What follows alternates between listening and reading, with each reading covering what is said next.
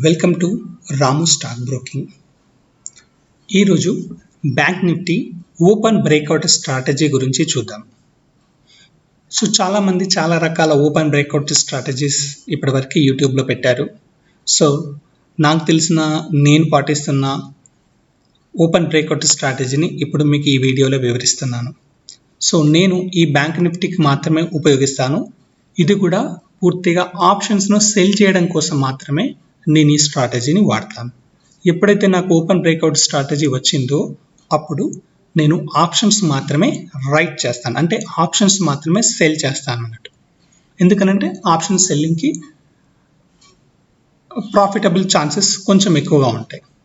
So అది అందరికీ తెలిసిందే. సో కాబట్టి నేను ఆప్షన్స్ రైటింగ్ మాత్రమే ఈ స్ట్రాటజీకి ఉపయోగిస్తాను.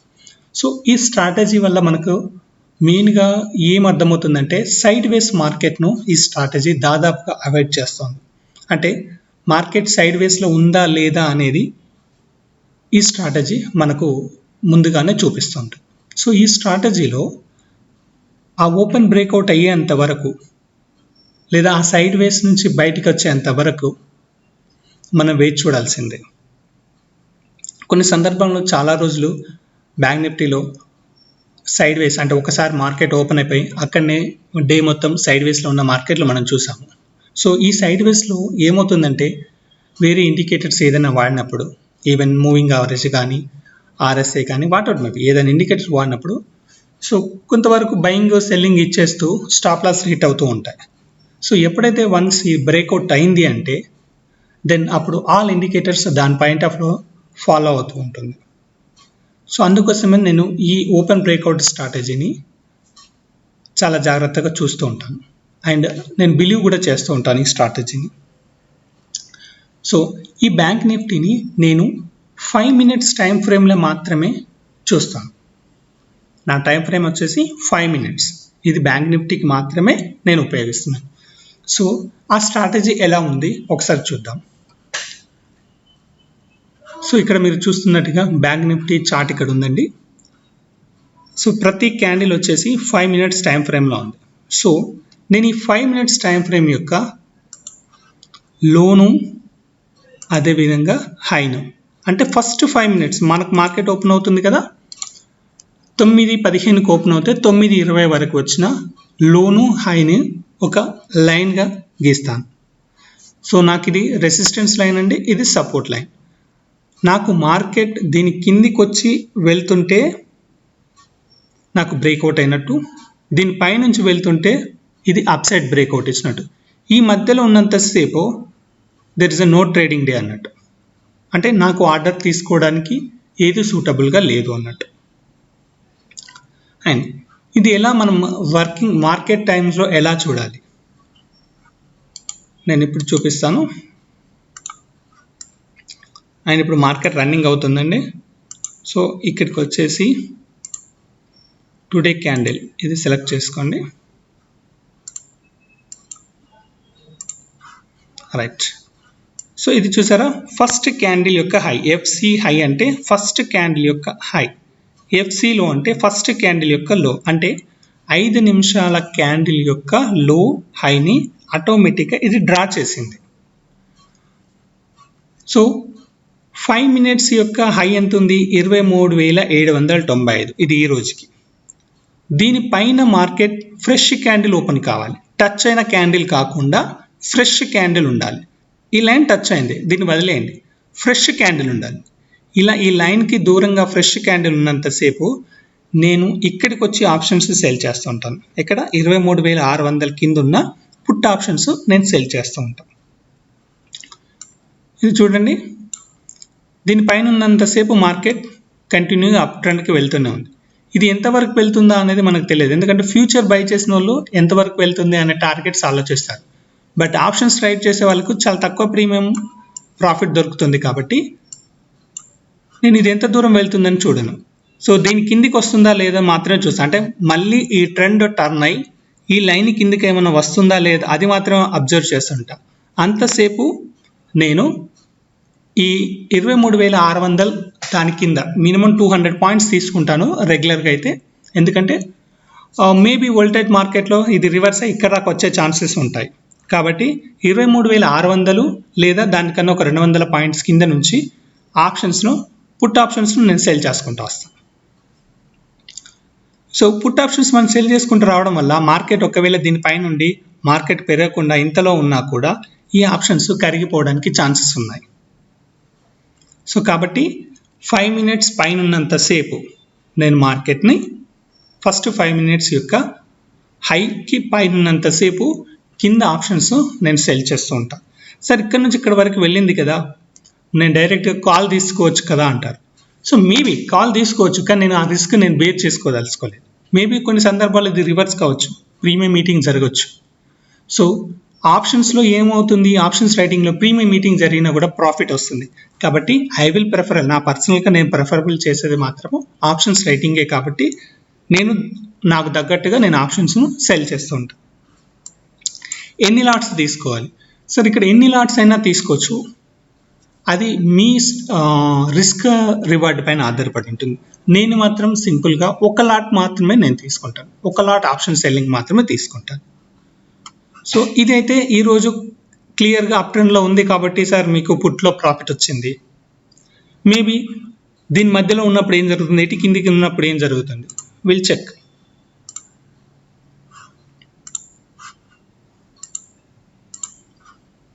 ప్రీవియస్ క్యాండిల్స్కి వెళ్తున్నాను. ఇక్కడ చూడండి, ఇది నిన్నటి డే అంటే 27th ఆగస్ట్. ఇది కూడా ఫస్ట్ క్యాండిల్ చూడండి, లో హై. సో దీనిపైన మీకు ఎటువంటి ఫ్రెష్ క్యాండిల్స్ లేవు. సో మీకు ఇక్కడ ఫ్రెష్ క్యాండిల్ స్టార్ట్ అవుతుంది. సో దీని కింద ఆప్షన్ను మీరు రైట్ చేయండి. సార్ నిన్న గురువారం కాబట్టి ప్రీమియమ్స్ తక్కువగా ఉంటాయి. ఓకే, మీరు కొంచెం రిస్క్ తీసుకుంటే గురువారం ఎడ్డమని దగ్గర ప్రీమియమ్స్ చాలా తక్కువనే ఉండి ఉంటాయి. సో ఆ ఒక్క రోజుకు రిస్క్ తీసుకోవాలనుకుంటే ఇక్కడ కాల్స్ బై చేసుకోండి. లేదు నేను ఖచ్చితంగా ఆప్షన్స్ సెల్ చేసుకోవాలి, నేను మాత్రం నా పర్సనల్గా ఆప్షన్స్ సెల్ చేసుకోవాలి కాబట్టి నేను ఇక్కడ ఆప్షన్స్ను రైట్ చేస్తున్నాను.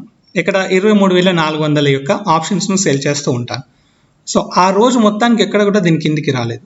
సో నాకు 40 రూపాయల ప్రీమియము, 20 రూపాయల ప్రీమియము అది ఏదైనా ఉండొచ్చు, అది నాకు ప్రాఫిట్ వస్తుంది.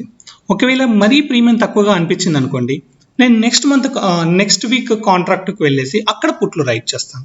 సో అది కొంచెం ప్రీమియం హెవీగా ఉంటుంది. సో ఇక్కడ 23,400 సపోజ్ 50 రూపాయలు ఉందనుకోండి, నెక్స్ట్ వీక్ అదే 23,400 అట్లీస్ట్ 250 ఉన్నా అక్కడ 50 రూపీస్ ప్రాఫిట్ వచ్చినప్పుడు క్లోజ్ చేసుకుంటాను. సో ఇక్కడ కూడా నాకు మ్యాక్సిమం 0 అయితే 50 రూపీస్ రావాలి. అలా 250ది 200కి వచ్చినా ఐఎమ్ హ్యాపీ, ఈవెన్ 30 రూపీస్కి వచ్చినా ఐఎమ్ హ్యాపీ. అండ్ ఇక్కడ కూడా ఈరోజు చూసినట్లయితే మీరు పుట్లు సెల్ చేసుకున్నంతసేపు హ్యాపీగానే ఉన్నారు. అండ్ నెక్స్ట్ డేకి వెళ్దాం. సో నెక్స్ట్ డే కూడా మీకు ఏం జరిగింది, పైన ఉన్నంతసేపు సైడ్ వేస్లోనే ఉంది. స్టిల్ ఇక్కడ వరకు మీకు సైడ్ వేస్లో ఉండి ఇక్కడ నుంచి ఒక ఫ్రెష్ హైని క్రియేట్ చేశాడు. ఇక్కడ ఉన్నంతసేపు మీరు హ్యాపీ, ఎందుకంటే 23,000 కింద ఉన్నంతసేపు ఆప్షన్ మీరు ఎంజాయ్ చేస్తున్నారు. సో ఇది కూడా ట్రెండ్కి తగ్గట్టుగానే ఉంది. ఇక్కడ చూడండి, మరి ఇలాంటి పరిస్థితి జరిగినప్పుడు ఏం చేస్తాం? సో ఇక్కడ వచ్చేసింది ఫ్రెష్ క్యాండిల్, ఇది ఫస్ట్ క్యాండిల్ అండి. ఫస్ట్ క్యాండిల్ హై పైన సెకండ్ క్యాండిల్ కొట్టేసింది, మార్కెట్ అప్ ట్రెండ్ అని అనుకుంటాము. సో ఇక్కడ వచ్చేసి 22,900. ఇక్కడ ఆప్షన్స్ని మనం రైట్ చేస్తాం. సో సేఫ్ సైడ్కు ఇంతకుముందే చెప్పాను, సేఫ్ సైడ్ ఒక 200 పాయింట్స్ కింద పెట్టుకోండి అని చెప్పేసి. 22,900 అంటే అట్లీస్ట్ 22,700 ఇలా మీరు రైటింగ్ చేసుకున్నారనుకోండి, కొంచెం హ్యాపీ. ఒకవేళ సేమ్ లో దగ్గరనే మనం రైటింగ్ చేసాము, అప్పుడు పరిస్థితి ఏంటి? సో ఇక్కడ ఉన్నంతసేపు హ్యాపీ సార్. ఎప్పుడైతే మార్కెట్ మళ్ళీ తిరిగి ఓకేనా దీన్ని టచ్ చేస్తుందో, ఈ పాయింట్ ఆఫ్ 22,900 అంటే ఫస్ట్ క్యాండిల్ యొక్క లో ఎప్పుడైతే ఛాన్సెస్గా కట్ చేస్తుందో, అంటే ఫస్ట్ 5 మినిట్స్ యొక్క లో వరకు మార్కెట్ వస్తే, సో మీరు ఇక్కడ ఈరోజు ఏదైతే డే హై కొట్టిందో ఇక్కడ నుంచి 200 పాయింట్స్కి పైన వెళ్ళండి, మళ్ళీ కాల్స్ రైట్ చేస్తూ రండి. సో ఇప్పటి వరకు వచ్చేసి ఎంత, 23,100. సో 23,200, 300, 400 కాల్స్ రైట్ చేయండి. ఇక్కడ ఒక పుట్టు సెల్లో ఉంటే ఇక్కడ మీరు కావాలంటే 2 కాల్స్ సెల్ చేసుకోండి. లేదు సార్ నాకు మళ్ళీ అంతకన్నా డబ్బులు ఉండవు. So let it be weight for risk ఓరియంటెడ్గా చూడండి. సో ఇక్కడ నుంచి మీరు మినిమం 1% ఆఫ్ రిస్క్కు వెయిట్ చేయండి. అంటే ఒక 50 points or 100 points stop loss పెట్టేసి వదిలేయండి. ఆ రోజుకి అదే లాస్ అనుకోండి. అంటే ఇక్కడ నుంచి కిందికి వచ్చిన తర్వాత పైన కాల్స్ అయితే నేనైతే కాల్స్ రైట్ చేస్తూ ఉంటాను. ఎందుకంటే మార్కెట్ ఇలా వచ్చిన తర్వాత కూడా మళ్ళీ పైకి వెళ్ళడానికి ఛాన్సెస్ ఉంటాయి. వెరీ రేర్ కేసు ఒకసారి పైకి వెళ్ళి కిందికి అలానే కంటిన్యూ కావడానికి వెరీ రేర్ కేసులో ఉంటుంది. కాబట్టి నేను కాల్స్ రైట్ చేస్తూ ఉంటాను. లేదు ఒకటే ఆప్షన్ ఉంది అని అనుకున్నప్పుడు ఈ పుట్టును మినిమం స్టాప్ లాస్ పెట్టేసి వదిలేయండి. అంటే ఒక 50 పాయింట్లు స్టాప్ లాస్ ఆర్ ఒక 100 పాయింట్స్ స్టాప్ లాస్ పెట్టేసి వదిలేయండి. డే మొత్తానికి వదిలేసినా మనకేం ప్రాబ్లం లేదు. సో వెళ్తే ఆ 50 పాయింట్ల లాస్తోనే మనం వెళ్ళిపోతాం. సో మళ్ళీ తిరిగి ఏమైంది, మళ్ళీ పైకి వెళ్ళేసింది. సో మళ్ళీ పైకి వెళ్ళినప్పుడు జనరల్గా ఇక్కడ కాల్స్ ఉంటాయి కదా, నా పాయింట్ ఆఫ్లో కాల్స్ ఉంటాయి. సో నేను అప్పుడు వచ్చేసి ఏం చేస్తాను, మళ్ళీ ఇక్కడ కింద పుట్స్ మళ్ళీ రైట్ చేస్తూ ఉంటాను. అంటే ఇప్పుడు నా పేర్స్ పెరుగుతుంది. జనరల్గా ఈ పైన ఉన్నంతసేపు నేను ఒకటే పుట్టు సెల్ చేస్తా. కానీ ఎప్పుడైతే మళ్ళీ ఇది కిందికి టచ్ చేసిందో ఇక్కడ కాల్ సెల్లింగ్కి వెళ్ళా. అగైన్ ఇది మళ్ళీ ఈ లైన్ దాటి పైకి వెళ్ళిందా మళ్ళీ పుట్లు సెల్ చేస్తాను. అగైన్ పైనుంచి మళ్ళీ కిందికి వచ్చేసింది. బట్ ఎక్కడ కూడా క్లోజ్ కాలేదు. నాకు లో కింద ఫ్రెష్ క్యాండిల్ రాలేదు అండ్ క్లోజ్ కూడా కాలేదు. సో కాబట్టి నేను ఇక్కడ మళ్ళీ పుట్స్ రైట్ చేసుకోవడానికి చూడను. అంటే మళ్ళీ ఫ్రెష్గా ఏది చేయను. ఇక్కడ ఉన్న కాల్స్ను, ఇక్కడ ఒక కాల్ ఉంటుంది, ఈడికి వచ్చిన తర్వాత ఇక్కడ ఒక కాల్ ఉంటుంది, ఇవి మాత్రమే నేను ఎగ్జిట్ అవుతాను. అంటే మ్యాక్సిమంగా మీకు 3 ట్రేడ్స్ రావడానికి ఛాన్సెస్ ఉన్నాయి. ఒకవేళ ఇక్కడ ఒక పుట్టు సెల్ చేశారు, ఫస్ట్ పాయింట్ ఆఫ్లో ఒక పుట్టు సెల్ అవుతుంది, మార్కెట్ కిందికి రాగానే కాల్ సెల్ అవుతుంది. ఎన్నైనా ఒక పుట్టు సెల్ అయింది, ఒక కాల్ సెల్ అయింది. మళ్ళీ మీకు పైకి వెళ్ళగానే ఏమవుతుంది, రెండో పుట్టు సెల్ అవుతుంది. అంటే 2 పుట్లు సెల్లింగ్లో ఉంటారు, ఒక కాల్ సెల్లింగ్లో ఉంటారు. ఓవరాల్గా మీరు ప్రాఫిట్ చూసేసుకుని క్లోజ్ చేసుకోండి. లేదు నేను ఒక్కటే లాట్తో ట్రై చేస్తాను అనుకుంటే మినిమం 50 రూపాయల నుంచి 100 రూపీస్ వరకు ఒక స్టాప్ లాస్ పెట్టేసుకొని వదిలేయండి. లేదా సేఫెస్ట్గా ఉండాలంటే ఇంకొంచెం దూరంకి వచ్చేసి అక్కడ కూడా మీరు స్టాప్ లాస్ పెట్టి వదిలేయచ్చు. ఇది సైడ్ వేస్లో ఉన్న అంటే జిగ్జాగ్, అంటే అప్ లో 2 టచ్ చేసిన మార్కెట్. సో ఇలా ఎన్నిసార్లు టచ్ చేస్తుంటే వెరీ రేర్ కేసులో టచ్ చేస్తూ ఉంటుంది. అంటే 3 or 4 మార్కెట్స్ అయిపోయిన తర్వాతనే ఇలాంటివి వస్తూ ఉంటుంది. ఇక్కడ మనకు రాలేదు. ఇప్పుడు ఇక్కడ వచ్చేసింది కాబట్టి ఇక్కడి నుంచి కౌంట్ చేసుకుంటూ వెళ్దాము. ఇక్కడ కంప్లీట్ 1 సైడ్ ఉంది, ఒకసారి ప్రాఫిట్, రెండోసారి కూడా కంటిన్యూస్గా అప్ సైడ్లోనే ఉంది, రెండోసారి ప్రాఫిట్. ఇక్కడ వెంటనే ఇటు కొట్టేసింది. కానీ ఇక్కడ కూడా జనరల్గా మనకి ఎక్కడ కూడా ఇవ్వలేదు. చూడండి ఈ మార్కెట్ చూడండి,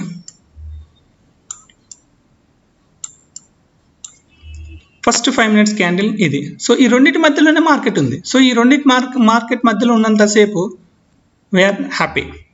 సో వెరీ రేర్ కేస్ ఇక్కడి వరకు ఆల్మోస్ట్ ఆల్ అంటే 12 గంటల వరకు దాదాపుగా మనకు ఎటువంటి ట్రేడ్ రాలేదు. So it is a continuous market. So మన ట్రేడ్లో దాదాపు అప్పటి వరకు 12 గంటల వరకు మనకు ఒక ట్రేడ్ దొరకలేదు అంటే యూరోపియన్ మార్కెట్ ఓపెన్ అయ్యేంత వరకు కూడా ఒక ట్రెండ్ అయిపోతూ ఉంటుంది. కాబట్టి వదిలేయండి ఆ రోజు ట్రేడ్. మనకు మార్నింగే జరిగే ట్రేడే వెరీ వెరీ ఇంపార్టెంట్. ఇక్కడ కూడా చూడండి మీకు దాదాపుగా ఇక్కడ టచ్ కాలేదు కాబట్టి ఒక ఛాన్స్ మనం తీసుకోవచ్చు విత్ స్టాప్ లాస్తో. ఇది సైడ్ వేసే, కానీ అప్లో ఉండి సైడ్ వేస్ జరిగింది, డౌన్లో ఉండి సైడ్ వేస్ జరగలేదు, అండ్ అప్ డౌన్ కొడుతూ సైడ్ వేస్ జరగలేదు. అండ్ ఇక్కడ ఇది కూడా కంటిన్యూస్గా అప్ ట్రెండ్లోనే ఉంది. ఇది కంటిన్యూస్ డౌన్ ట్రెండ్ వస్తే డౌన్ ట్రెండ్లోనే ఉంది. ఇక్కడ కూడా డౌన్ ట్రెండ్ వస్తే డౌన్ ట్రెండ్లోనే ఉంది. సో డౌన్ ట్రెండ్ వస్తే డౌన్ ట్రెండ్లోనే ఉంది, అప్ ట్రెండ్ వస్తే అప్ ట్రెండ్లోనే ఉంది, అప్ ట్రెండ్ వస్తే అప్ ట్రెండ్లోనే ఉంది. ఇది మీరు ఒకసారి ఈ క్యాండిల్స్ ప్రతి ఒక్క కాంట్రాక్ట్ను మీరు చెక్ చేసుకోండి. ఇందులో అక్యురసీ ఉంటుందని నేను భావిస్తున్నాను. సో ఇది పర్సనల్ వ్యూ మాత్రమే. సో ఇది 100% స్ట్రాటజీ కాదు. బట్ నేను ఏ విధంగా అయితే వాడుతున్నానో అది మీకు ఎక్స్ప్లెయిన్ చేయడం జరిగింది. థ్యాంక్ యూ అండి.